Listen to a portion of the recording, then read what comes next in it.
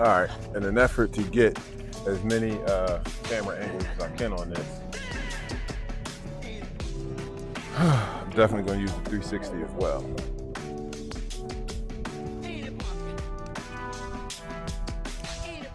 Put this right here for a second.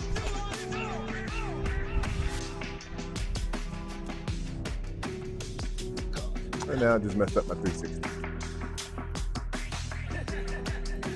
Oh Lord. Do not try and do too many things with too many cameras in your hand, or it will be a financial burden that you will never escape. So anyway, hey, good morning everybody. It's Never Riding, your favorite rider or not. I just want to go over a few things real quick. Everybody needs to understand about the Dragon. It comes in two sizes. And everybody doesn't understand that. So normally I like to go unscripted and freestyle everything, but I got so much to say. I didn't grow up racing skateboards. I grew up riding. Long before I ever stepped on a racetrack, I was just trying to get from point A to point B. I was in high school, and you know, if I saved my tokens, I could sell them later, spend that money on comic books. And so my form of transportation all my life since I was like 9 years old, his favorite form of transportation has been a skateboard. It didn't matter how, bike, skates, skateboards, snowboards, each one taught me something different about rolling, carving, sliding, braking. So long before I ever heard the words electric skateboarding, and this is a fine example of one right next to me, I was just trying to understand how people ride, their body movement, and at the same time, my own style of riding was developing. So over the years, riding through the city makes you aware of what you do and don't know. And your ability to deal with that in real time is what keeps you out of the emergency room. Every form of transportation I ever had up to this point, every challenging situation on the streets, every skateboard video I ever watched, every Tony Hawk video game I ever played, it all became the foundation for the most capable, powerful, forgiving, and technical board I have ever ridden, and that is the SE1 Dragon from SKATEBOARDS ELECTRIC. All right, I've been on a lot of boards. This is definitely the most technical, forgiving, loving, powerful board I've ever been on. Now let's talk about the elephant in the room, because that's why I'm making this video, to discuss the deck length. A lot of people think the Dragon only comes in the extra long version. It doesn't. It also comes in the standard length version.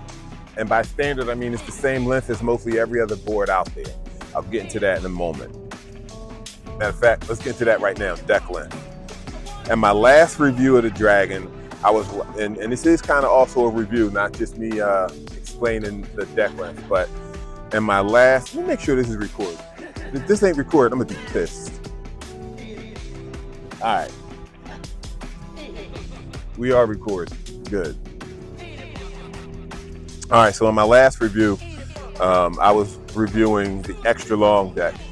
But as you can see here, there's also a standard length deck available for people who don't want the extra long deck. We do make, sell, produce both versions. And if you know me, I'm all about the right tool for the right job. All right, so let's compare a few different tools, size-wise. For a moment. Two boards that most people are familiar with is the Propel Pivot and the Inboard Endurance 2.0. So let's start with decks. I'm using them as a baseline so everybody can understand. Even, you know, look, you're standing next to me right now, right? I mean, well, the board's standing next to me.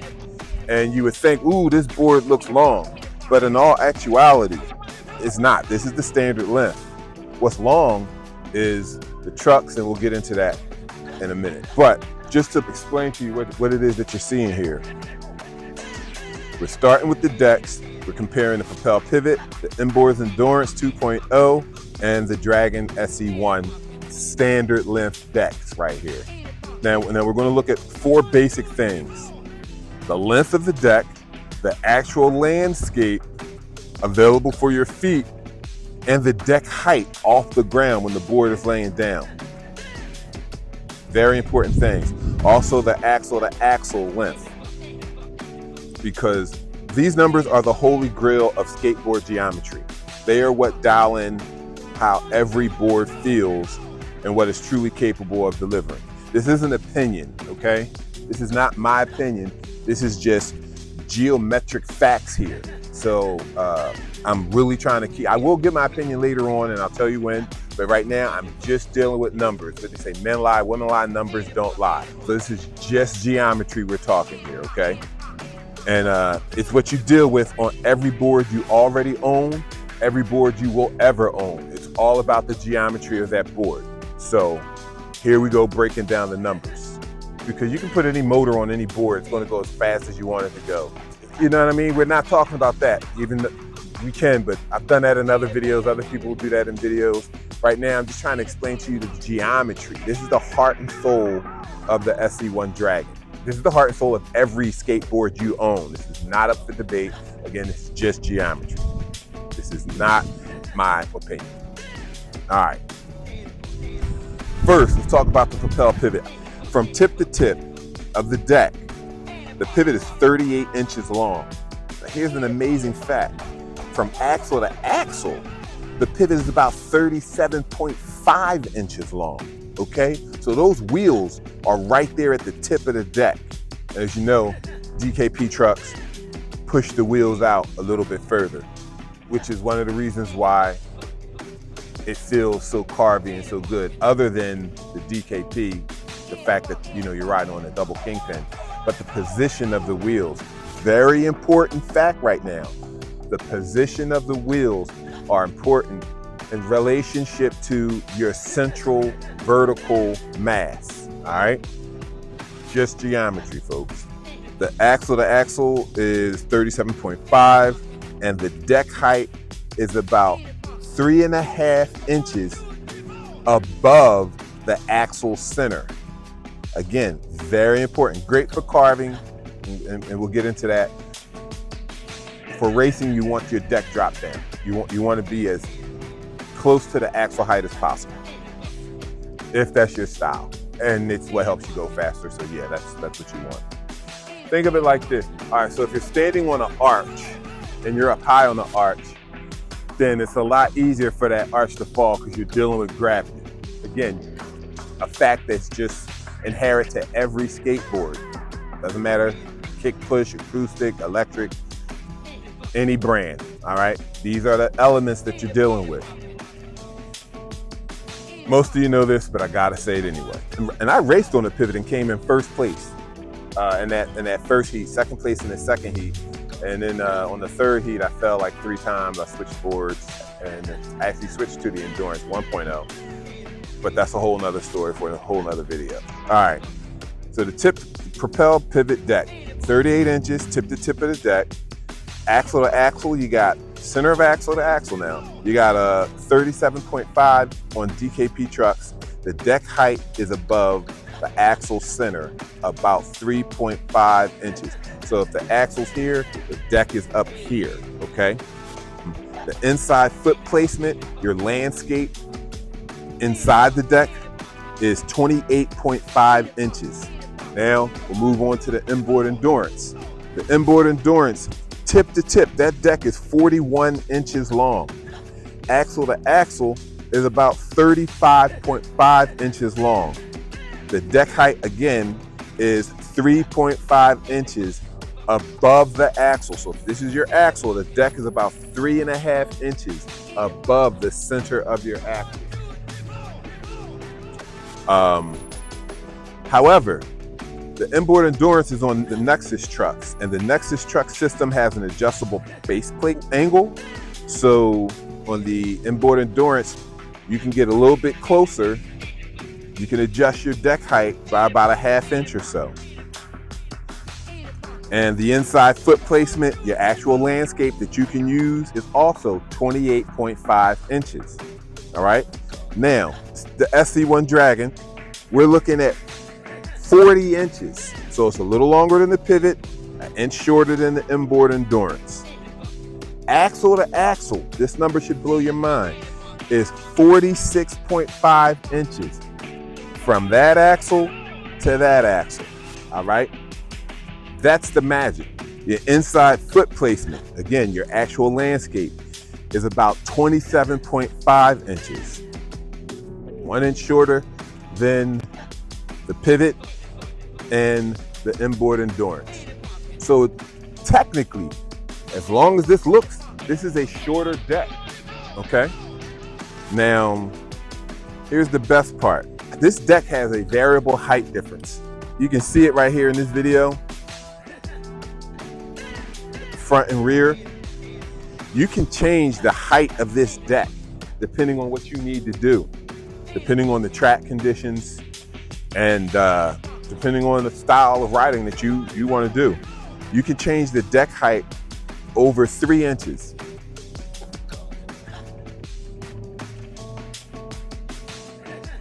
Yeah, you got about 3 inches of deck height change in the front and rear. Where your wheel sits underneath you affects how the ride feels, because the physical position of where you teeter and totter, all right, imagine a seesaw and you're up top, all right? So where the wheels are changes the feel to your vertical center mass, the worse it feels. The physics, and this again, that's just physics and geometry, not my opinion, just a fundamental law. If you've ever ridden a penny board, you can't go too far back or forth without like getting a wonky feel and falling over and bunking your head and all of that. Make sense? This is why I don't do reviews and let other people do reviews. I do other things. Shout out to Scott Davies, Craig, Fred, Drew. I love you guys. I appreciate y'all doing this. Wish y'all would do this so I didn't have to. All right, so anyway, the closer the wheels are to your vertical center mass, the worse it feels, all right? Short decks don't feel as good as long decks. That's why we got long boards. It's a different ride than a popsicle board. Anyway, moving on. I hope this is all making sense. If you prefer your feet closer together, the Dragon standard deck gives you that option, and you still get the one thing that makes the Dragon dramatically different from every other board on the market. That's the pivot shaft trucks. Other companies are now starting to imitate this technology, offering their own answers to problems we addressed over 2 years ago. Real facts. All right, now this part is my opinion. Right here. My opinion, not geometric facts, not physics, not geometry. This is my opinion. Because for whatever reason, I gotta say that. Because it's my opinion. Based on all those geometry facts, but I have to say, this is my opinion. I still believe we offer the best solution to the 4 issues every rider deals with and every company tries to solve: stability, flow, wheel bite, and deck height. After this video, I expect even more companies will follow suit, and you'll see even more imitations of the Dragon out there. They're not going to do it better because we own the pad. Here's the important part. The axle-to-axle length is different because of the trucks. Pivot shaft trucks move the axles about 6.5 inches from the tip of the deck, front and back, okay? So it's like having built-in deck extensions. If you've ever seen deck extensions, you know that a lot of people were using them to add stability to their deck. So the fact that these are deck extensions adds stability to the deck. There's a new company out offering some extensions on their board. My friend Devin just did a video on it talking about how stable it feels and all of that type of good stuff. Maybe I'll include that in this video too. But we've been doing that standard on our decks since this board was available or first started as a prototype 2 years ago. DKP, TKP, and RKP trucks don't offer that. You can get extensions, but that's modifying and blah, blah, blah. You see what I'm saying here? The Dragon pivot shaft truck also feature upper and lower bearings around the pivot shaft, allowing for precision, vertical rotation, and turning. A pin through the axle enables precise weight transfer, making it more stable than any skateboard truck on the market. There's a reason why I say this board and these trucks are the perfect marriage of the X, Y, and Z axis, because Remember the seesaw, you know, it's real simple to see. That's how your trucks move. But then the pivot shaft is another 2 inches or so from that point. Well, what if you could put that right in the middle? Now you got the perfect seesaw. You see what I'm saying? So there's a pin going straight through the center of the axis and the axle.